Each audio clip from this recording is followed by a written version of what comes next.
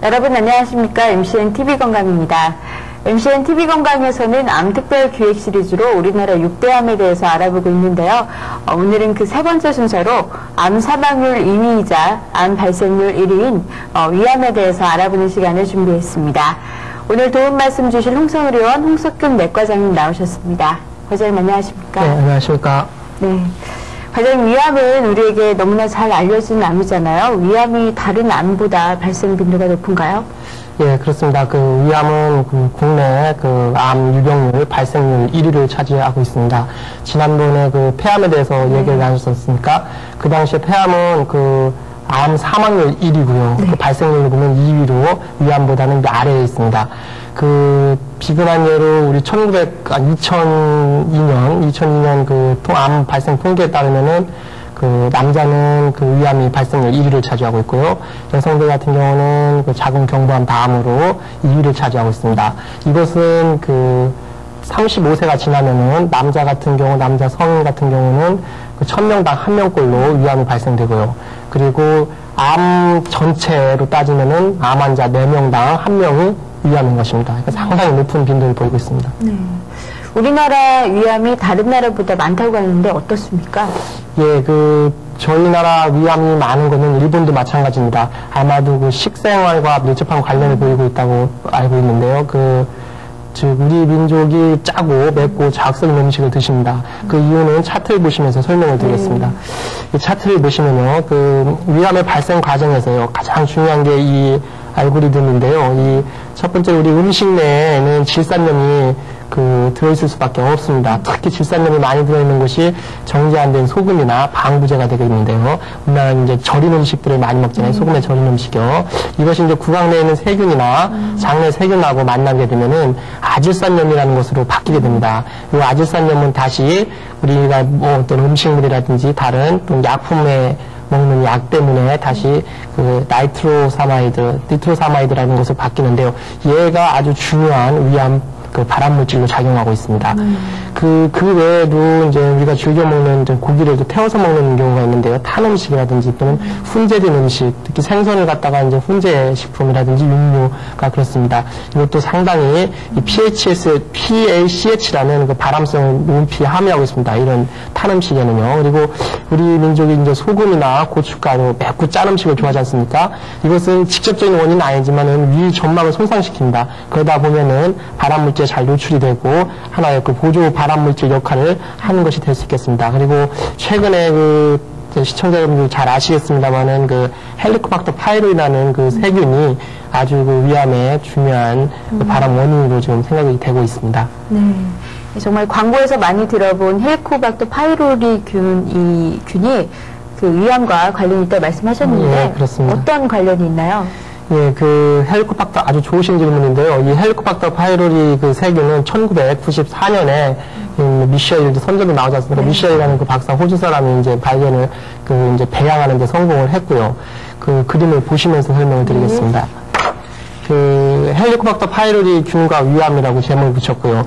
이게 이제 전자현미경 사진입니다. 헬리코박터 파이로리는 헬리코라는 게 나선형이라는 뜻을 의미합니다. 이 나선형의 세균이고, 이게 전자현미경 사진이고, 이것이 이제 칼라로 이제 다시 도식화된 거고요. 네. 이것도 마찬가지로 전자현미경 사진입니다. 이것은 이제 가장 점막 표층에 기생하는 아주 지독한 세균인데요. 얼핏 어떻게 위 속에 위산이 있는데 세균이 자라나, 이제 의아하시는 분이 있을 텐데, 이 녀석은 위산으로부터 스스로를 보호하기 위해서 유레이지라는 효소를 내뿜음으로써 그걸 중화를 시키고, 그래서 살아나가는 기생하는 그런 아주 좋지 않은 세균이 되겠습니다. 그러면 이 헬리코박터 파이로리 균에 감염되면 모두 위암에 걸리게 되나요? 그렇지는 않습니다. 왜 그러냐면은 저희 나라 사람들 건강한 젊은 성인들을 대상으로 이렇게 무작위로 조사를 해봤더니 한 70%에서 이 세균에 이미 감염이 되어 있는 것으로 보고 있습니다. 그래서 이 녀석이 WHO에서는 이미 발암물질에 첫 번째로 손을 꼽았지만은 우리가 이제 비궤양성, 궤양이 없는데도 소화불량이나 속쓰림 증상을 호소하는 비궤양성 소화불량 환자나 아니면은 위궤양, 십이지장궤양, 그리고 말토마라고 해서 그런 암 조직에서도 발견이 되고요. 또 만성 위축성 위염에서도 발견이 됩니다. 그러니까 반드시 이 헬리코박터 파이로리가 있다고 해서 위암과 관련이 100%는 아니겠습니다만은 그래도 아직까지는 가장 흔한 중요한 물질로 발암물질로 생각이 되고 있습니다. 네. 헬리코박터 파이로리균을 세계보건기구에서 그 제1의 발암물질로 규정했는데 그러면 어떻게 헬리코박터 파이로리균을 사멸시킬 수 있을까요? 예, 그 다음 그림을 보시면서 설명을 드리겠습니다. 그 헬리코박터 파이로리균과 위암, 두 번째로 이제 헬리코박터 파이로리균의 발멸을, 그러니까 세균을 죽이는 박멸의 정증이 있습니다. 아까도 말씀드린 것처럼 정상 성인도 70%를 가지고 있기 때문에 무조건 다 이 약을 먹어서 사멸하는 게 아니고요. 이 녀석과 관련된 것이 그 위선암 말씀드린 위궤양, 12지향궤양, 그 임파종의 일종의 말토마, 그 요 네 가지가 아직 우리나라에서는 그 보험 급여의 인정 기준이 됩니다. 그 이 네 가지 경우에 유내시험을 통해서 이 네 가지가 발견이 되고 또 그 조직 검사 속에서 이 세균이 나오고 그러면은 우리가 이제 박멸요법의 적응증에서 치료를 합니다. 최근에는 그 이런 궤양이나 12지향궤양이나 위궤양이 없는데도 불구하고 속쓰림 소화불량해서 그 내시경적 소견이 만성 위염이다. 만성 위염인데 잘 낫지 않는 그런 만성 그 위험에도 일부에서는 일부 사람을 중심으로 이 경우에도 그 박멸을 요법을 하면은 좀 그 조직갑속인 소견도 좋아지고 증상도 개선되는 경우가 있습니다. 그래서 5번을 넣는 경우가 있고요. 치료법은 뭐 간단합니다. 그 항생제 한 2종류하고요. 그 위궤양용제 한 종류에서 보통 3제요법으로 1, 2주 하면은 대부분의 경우에서는 사멸되는 것으로 되어 있습니다. 네. 그러면 헬리코박터 파이로리균도 감염되는지 알고 싶습니다. 예, 요즘 최근 들어서 문제가 되고 있습니다. 그 헬리코박터 파이로리균은 아직까지 제1번은 대변과 구강을 통해서, 그러니까 이제 불결한 위생, 대변을 통해서 구강으로 전염되는 것이 제일 흔한 걸로 되어 있고요. 그 외에도 이제 위식도 역류나 그런 거에 의해서 그 위산이 역류하면서 그때 같이 세균이 나와서 그 치아 속에 있다가 어떤 그 키스라든지 그런 걸 통해서 접촉이 될 수 있고요. 또는 그 음식물 통해서도 같이 먹을 때 가족 내에서 이렇게 감염이 서로 왔다 갔다 감염이 될 수가 있습니다. 이 암은 보통 가족력이 있다고 하는데 위암은 어떻습니까? 예, 그렇습니다. 그 위암은 그 위암 집안에서 위암이 나온다고 그렇게 얘기를 합니다. 보통 10% 정도에서 가족력이 있고요. 이것은 아마도 방금 말씀드린 대로 헬리코박터 파이로리균도 아까 가족 내에 전염이 얼마든지 가능하거든요. 같은 그릇을 놓고 먹기 때문에 그런 것도 있고요. 그래서 그 식생활 습관도 유사하고 그래서 같이 생활을 하고 그래서 그 많고요. 그 직계 그러니까 위암 직계 가족 그러니까 아버지나 어머니, 부모, 형제가 위암이다. 그러면은 내가 위암이 발생될 확률은 정상인보다 한 2배에서 3배 정도 높은 것으로 되어 있습니다. 그러면 위에 어떤 부위에 암이 잘 생기는지 알아봐야 할 것 같습니다. 예, 설명 부탁드립니다. 그림을 보시겠습니다. 그 위암이 일반적으로 저희가 이제 내시경을 할 때 그래서 이쪽에 주목을 하면서 보는데요. 위암 호발 부위는 가장 아직까지 흔한 부위는 이제 위를 이제 3등분하시면은 식도고요. 이제 위가 여기까지고 12지향인데요. 그래서 위를 3등분하면은 이쪽 위 저부라고 하는 데가 있고요. 위 체부 그리고 이제 유문부가 있는데요. 보통 이쪽 위 유문부 쪽 12지향의 인접한 쪽에 가장 많이 생깁니다. 그 중에서도 위각이라고 해가지고요. 이쪽 그 소만부 쪽에 이쪽에 가장 흔하고요. 그리고 유문부 12지향으로 들어가는 통로 이쪽에 많이 생기고요. 또 물론 또 이쪽 여기 보시면 식도 있지 않습니까? 식도에서 위로 들어오는 이쪽 부위에도 그 한 10% 정도에서 요즘 암이 많이 발견되고 있어서 주의를 요하고요. 또 중복병소라고 해서 이쪽에 그 위 유문부에도 있고 또 이 위 저부 쪽에도 있고 이렇게 더블 프라이머리로 이렇게 이중 중복병소도 한 10%에서 발견이 되고 있습니다. 특별히 위암에 전구병변이 있다고 하던데 어떻습니까? 예, 그렇습니다. 위암이 잘 생기는 경우가 있습니다. 이것이 좀 중요한데요. 이 도표를 보시면은 그 위암 발생률이 상대적으로 높은 위험군들이 있습니다. 방금 전에 설명드린 헬리코박터 파이로리의 그 양성 반응을 보이는 경우, 그러면 이것은 보통은 이제 그 숨 쉬는 호기에서 그 균을 하는 그 호기, 그러니까 우리가 숨을 내뱉을 때 나오는 그 속에서 이 균을 검사하는 그런 게 있고요. 그 또 한 가지는 내시경을 통해서 직접 조직 검사를 하면서 그게 현미경적으로 보는 검사가 있고요. 거기서 조직을 채취해가지고 그 이제 레피드 유리아즈 테스트라고 해가지고 시약이 있습니다. 거기다 떨구면은 한 30분 후면은 이렇게 빨갛게 변하는데요. 그래서 이 헬리코박터 파일균의 그 양성 반응을 보이는 경우, 그리고 두 번째는 아까 말씀드린 대로 직계 가족 중에 위암이 있으면은 두세 배 위험도가 증가된다고 했습니다. 그리고 이상하게도 혈액형 중에서 A형인 사람이 위암이 잘 생기는데요. 그래서 뭐 A형이기 때문에 생기는 건 아니고요. 다른 혈액형에 비해서 상대적으로 A형이 그 위암이 잘 보이고 있고요. 잘 생기고 있고요. 그리고 10년이나 15년 전에 어떤 이유가 됐든, 교통사고가 됐든, 또는 뭐 위궤양, 천공, 12지장, 출혈 뭐 그런 걸로 위 절제술을 받았을 경우에 또 잘 생기고요. 그리고 이제 위 내시경을 많이 하고요. 저희들이 또 조직검사에서 그 만성 위축성 위염이 보이면서 또 조직검사에서 장 상피화 소견을 보일 때 이런 경우에 위암 발생률이 상대적으로 높기 때문에 저희들 주의를 기울이고 자주 내시경을 해봐야 되겠습니다. 저 같은 경우에는 A형이거든요. 저도 각별히 예, 조심해야 할 것 같아요. 그러니까 A형이라 잘 생기는 건 아니고 좀 오해 소지가 있을 텐데요. 다른 혈액형들에 비해서 이상하게도 A형이 그 위암이 잘 생기고요. 또 첨가해서 말씀드리면 O형인 환자들은 12장경 잘 생깁니다, 상대적으로. 그런 게 예. 있군요. 예. 이 암이 무서운 것은 그 초기에 증상이 거의 없어서 발견이 어렵기 때문일 텐데, 이 위암의 증상이나 징후가 있다면 설명해 주시죠. 예, 그렇습니다. 지난번에 그 폐암도 그랬고요, 간암도 그렇고, 조기에 어떤 우리가 증상이 빨리 나오면은 쉽게 진단이 되고, 그래서 치료가 완치율도 높아질 텐데, 위암도 마찬가지입니다. 처음에는 그냥 상복부가 그냥 붓게하고 답답하고 소화 안 되고 그냥 복부 팽만감이 느끼고 아유 그냥 괜찮겠지 하고서 약국에 가서 그냥 약 사 먹고 그러다가 이제 병을 키우는 거죠. 또 약을 먹으면은 위암도 처음에는 잘 듣습니다. 잘 듣기 때문에 아이 괜찮겠지. 그래서 또 키우게 되고 그러다가 이제 진정으로 이제 토하게 되고 또 심하면 피가 나오고 체중이 줄고 그러면 아 이상하네 하고 이제 병원을 찾죠. 내시경을 하면은 그때는 이미 많이 진행된 상태로 우리가 고치기 어려운 그런 쪽으로 되고 있습니다. 그래서 초기에 진단이 중요한데 처음에는 그 위궤양이나 또는 소화불량과 위암이 증상이 너무 유사하기 때문에 감별이 어렵습니다. 진단하기가.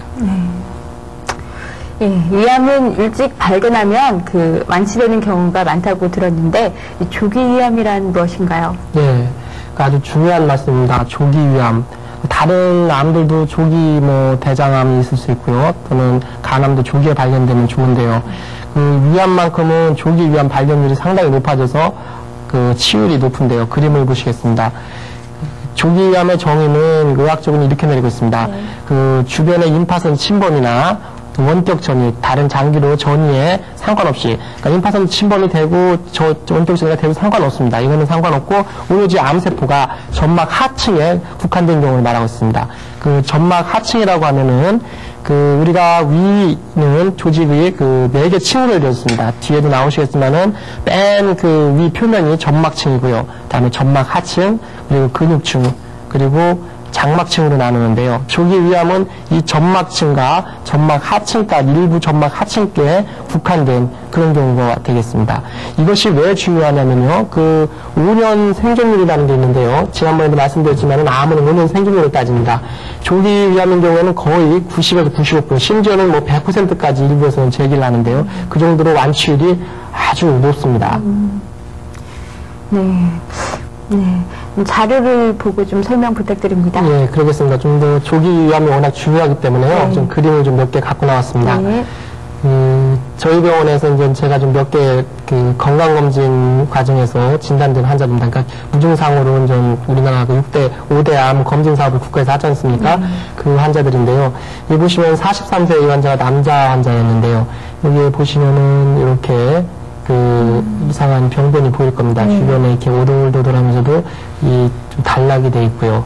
그 주변과는 조금 다른 그런 구조를 보이고 있는데요. 이렇게 보이는 것들이 조기 위암의 가능성이 많습니다. 이 환자도 조직 검사를 한 6조각을 떼어내서 그 잘 분화된 그 위 선암으로 나왔고요. 그 결국은 위 부분 절제술로 완치에 가까운 그런 치료 성적을 보이는 환자고요. 그 옆에 사진도 마찬가지입니다. 59대 남자고요. 이 환자도 무료 암검진 사업에 따라서 온 환자인데요. 이 두 가지 병변이 다 보였는데요. 그냥 약을 주고 다음번으로 할까 하다가 조직검사를 했습니다. 이 환자도 했는데 처음 한 거에서는 안 나왔어요. 안 나왔는데 그 두 번째 또 계기가 돼서 한 보름 후에 한 거에서 나온 그런 사례고요. 이것도 위와 좀 비슷한데요. 우리가 조기 위암의 타입을 한 4가지 타입으로 사실 나눕니다. 그거는 뭐 자세하게는 설명을 안 드리겠습니다만은 이 환자 같은 경우도 여기 좀 음폭 패인 이 병변이 그냥 넘어갈 수도 있지만은 이런 경우에 이제 조직검사 보통 한 6조각 이상 떼내거든요. 이 환자도 상당히 해피한 케이스였고요. 이 환자 같은 경우는 부기에도 이제 확연히 좀 드러납니다. 그 뻘겋게 발적이 되어 있잖아요. 그런데 이 환자도 역시 마찬가지로 조기 위암이었고요. 네. 옆에 보시면은 이런 경우도 이렇게 조기 위암 병변을 보이는 거고요. 그래서 어떻게 보면 꼭 찢어지는 모습이 꼭 궤양 같기도 하고, 좀 궤양은 뒤에 나오셨습니다만은 그 마진이 아주 이분하게 예쁘게 잘 보입니다. 근데 이건 좀 주변이 좀 지저분하게 찢어져서 혹시 조직 검사를 좀 많이 한 3조각 환자 떼냈었던 환자인데요. 이 환자도 잘 분화된 선암으로 나왔던 케이스입니다. 이것처럼 조기 위암은 내시경을 이런 분들은 대부분 다 증상이 없이 병원에 찾아왔고 암 검진 사업에 따라서 한 환자들입니다. 그런데 이제 환자가 아까도 말씀드렸지만 자기가 증상을 느끼고 뭐 토하고 어지럽고 빈혈 생기고 또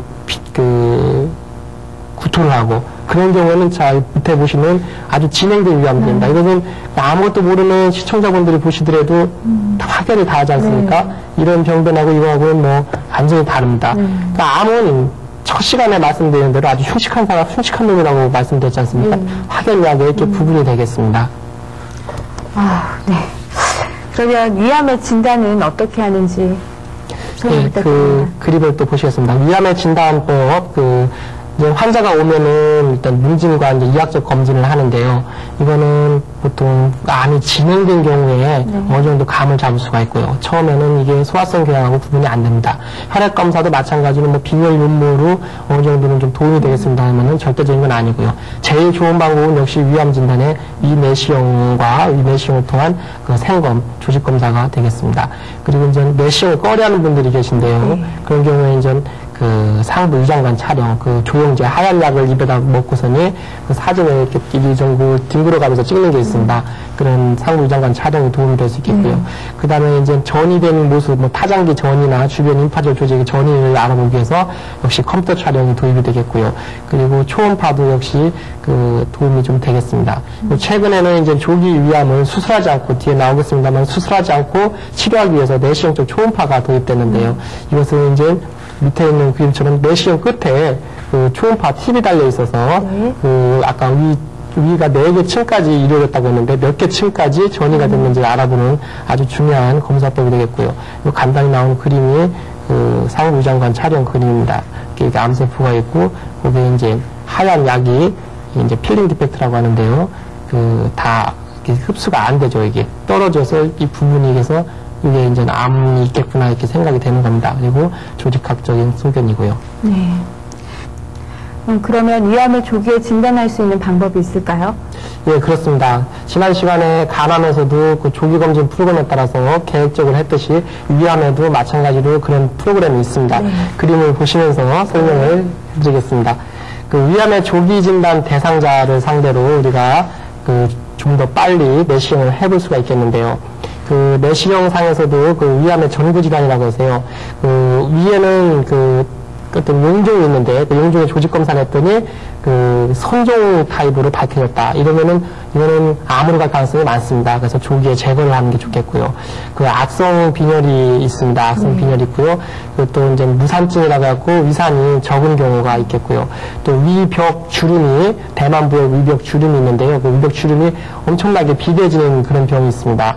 그런 메네트리오시스 병이라고 하는데요. 이런 것들은 위암의 전구체라고 볼 수 있습니다. 결국은 암으로 갈 가능성이 많은 거기 때문에 조기에 치료를 해서 제거를 해야 되겠고요. 그 다음에 아까도 말씀드린 대로 위절제술을 받은 환자는 암이 잘 생기기 때문에 최소 1년에 한 번씩 내시경을 해보는 게 좋겠습니다. 그리고 아까 말씀드린 대로 장이형성증이라고 해가지고요. 조직검사상에서 만성위축성 위험이 있으면서 위 조직에 있지 말고 소장 조직에 있어야 될 것이 위 조직에서 같이 이렇게 보이는 경우가 있습니다. 그게 장이형성증이라고 하는데 이런 경우도 위암이 잘 생기겠습니다. 그래서 1년에 한 번씩 내시경을 해봐야 되겠고요. 아까 위암 가족력은 2~3배 높다고 했기 때문에 신경을 써야겠고요. 또 이제 제가 강조하고 싶은 것은 5번입니다. 정기검진의 중요성입니다. 위암을 조기에 발견하려면은 증상이 없더라도 연세가 40이 넘어가면은 그 2, 3년마다 내시경을 해봐야겠습니다. 지금 말씀드린 것은 증상이 없는 환자가 2, 3년이고요. 이런 분들은 1년에 한 번씩, 어떤 경우는 6개월에 한 번씩 내시경을 해야겠습니다. 그러면 왜 2, 3년이냐? 이것은 이유가 있습니다. 우리가 위벽에서 암이 자라서 우리가 내시경을 통해서 시술자의 눈에 이게 이상하다 이렇게 느끼는 데는 보통 2년에서 2.5년이 걸린다고 합니다. 그 이후에서 2, 3년마다 한 번씩 증상이 없더라도 40대 이후에는 꼭 내시경이나 상부장관 촬영을 해보시는 것이 좋겠습니다. 네, 지금까지 조기 진단 방법에 대해서 알아봤고요. 과장님, 진행 정도를 나타내는 그 병기가 있잖아요. 안에는 위암의 병기는 어떻게 결정되는지 설명 부탁드립니다. 예, 그 모든 암에는 지난 시간에도 병기가 있다고 했습니다. 위암도 마찬가지로요. 그림을 보시면서 설명을 드리겠습니다. 위암의 병기 결정이라고 해가지고요. 이제 보통 이제 의학적으로는 TNM 스테이징이라고 하는데요. 이 T는 그 튜머라고 해서 암의 자체의 그 크기입니다. 그리고 N은 그 노달백에서 림프노드, 림파선, 그리고 M은 이제 메타스타시스라 갖고 이제 전이 된 정도를 보는데요. 지금 위암에서 제일 중요한 것은 이겁니다. T, 즉 위벽의 침습 정도입니다. 위벽의 침습 정도하고 그리고 임파절의 전이 정도를 알아보는 건데요. 이 T1에서 T4로 되어 있는데요. 이 T4로 갈수록 암이 많이 침습을 한 경우입니다. 아까도 말씀드렸지만 위벽은 아주 두껍습니다. 그 4개 층으로 이루어졌는데요. 맨 겉에 층은 점막층, 그 다음에 점막 하층, 그리고 근육층, 장액층으로 이루어졌습니다. 이게 이제 결국 점막층이 나면 위 맨 안쪽을 얘기하는 거고요. 장액층이 나면 이제 위 바깥에. 그러니까 장액층을 뚫고 나가면은 결국 복강이 나오는 겁니다. 뱃속이 나오는 거죠. 그래서 조기 위암은 T1, 그것도 아까 말씀드린 점막 하층까지 이렇게 침습을 한 경우고요. 암세포가. 다음에 이제 근육층 밑으로 이제 침습이 되면은 T2, T3는 이제 장액층까지 뚫고, 그리고 T4는 장액층을 뚫어서 주변의 복강내까지 이제 암이 바깥으로 빠져나온 경우입니다. 그리고 이 M이 또 중요한데요. 이제 수술하시는 외과 선생님들 때문에 이렇게 다 번호를 먹였습니다. 지금 일본에서 이게 많이 발달이 됐는데, 위암 수술은요. 이렇게 지금 16번까지 그렇게 이름을 다 붙였어요. 번호를 이렇게 넘버링을 해가지고, 그 위 주변의 인프절이 이렇게 많습니다. 이 중에서 한 6개까지 조직이 침습을 했다, 암세포가. 그러면 N1이라고 주고요. 그 다음에 다 15개까지는 N2고, 13개, 16개까지 지금 다 퍼졌다. 그러면 N3인데요. 통상적으로 N3는 결국 4기가 되고요. 그 NT1에 뭐 이거 2개를 조합을 하는데요. 이거는 조기 위암 1기. 그리고 한 T2에 뭐 N1이다. 그러면 한 2기. 또 T3에 N2다 하면 뭐 3기. 뭐 이렇게 나누고 있습니다. 네, 지금까지 위암의 원인과 진단 방법 등에 대해서 알아봤습니다. 계속해서 다음 시간에 그 치료 방법 등에 대해서 자세히 알아볼 테니까요. 놓치지 마시고 꼭 시청 바랍니다. 과장님, 오늘 도움 말씀 감사합니다. 네.